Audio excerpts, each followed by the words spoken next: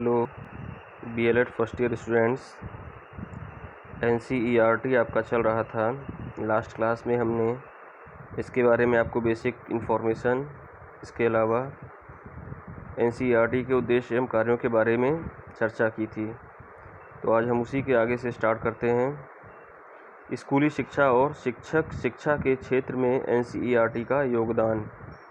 Contribution of NCERT in the field of school education and teacher education. तो सबसे पहले हम लोग देखते हैं स्कूली शिक्षा के क्षेत्र में योगदान।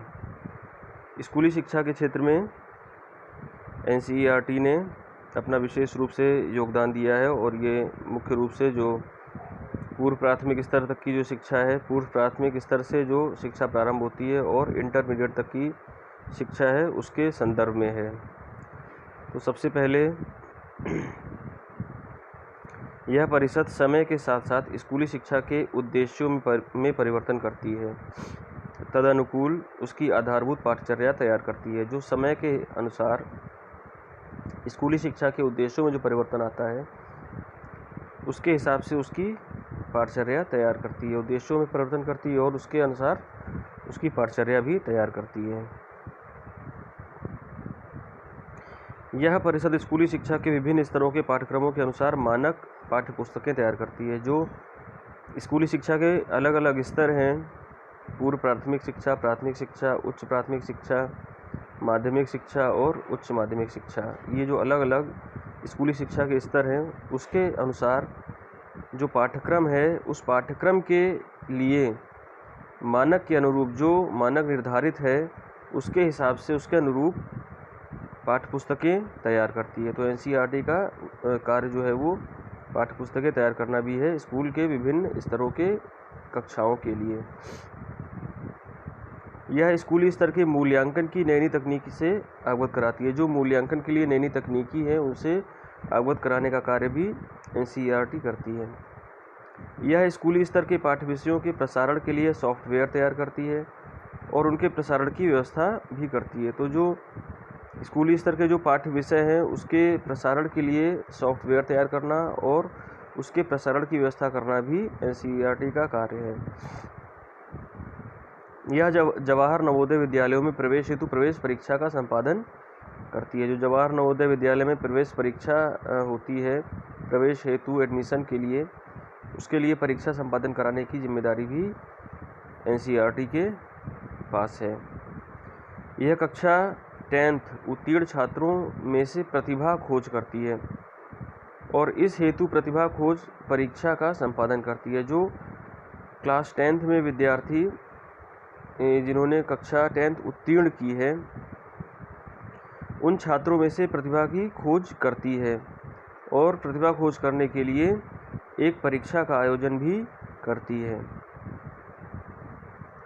यह स्कूली शिक्षा से संबंधित सूचनाएं एवं आंकड़े एकत्रित करती है और उनका प्रसारण करती है। जो स्कूली शिक्षा से संबंधित जो भी सूचनाएं हैं, जो भी डेटा है, उसका सारा कलेक्शन करना और उसका प्रसारण करने का कार्य भी एनसीईआरटी का है।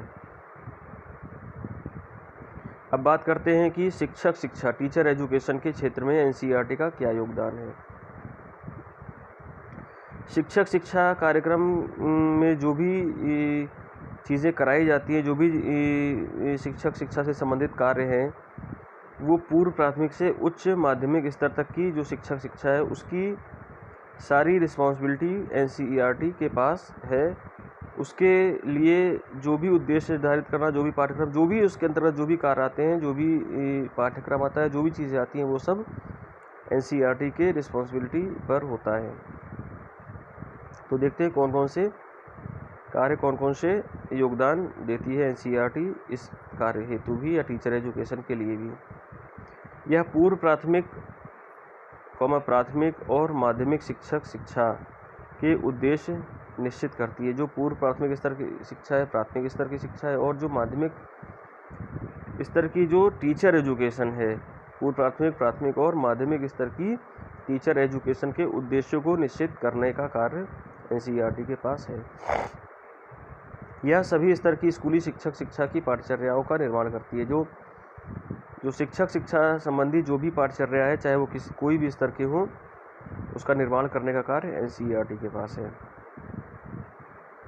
यह क्षेत्रीय शिक्षा संस्थानों के माध्यम से सेवा पूर्व और सेवारत माध्यमिक शिक्षकों के प्रशिक्षण की व्यवस्था करती है। जो माध्यमिक शिक्षक हैं वो सेवा से पूर्व और सेवा करने के दौरान यानी कि नौकरी या जॉब करने के समय शिक्षकों के प्रशिक्षण की व्यवस्था भी करती है।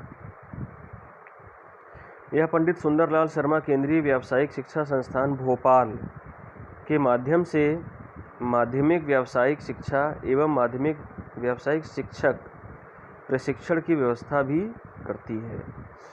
यह परिषद शिक्षण विधियों के क्षेत्र में निरंतर शोध कार्य करती है और सेवा पूर्व एवं सेवारत शिक्षकों को देश विदेश में विकसित नवीनतम शिक्षण विधियों एवं तकनीकी से अवगत कराती है। तो इस प्रकार से जो रिसर्च चल रहे हैं शिक्षा के क्षेत्र में, शिक्षा से संबंधित, उसमें इसका योगदान रहता है।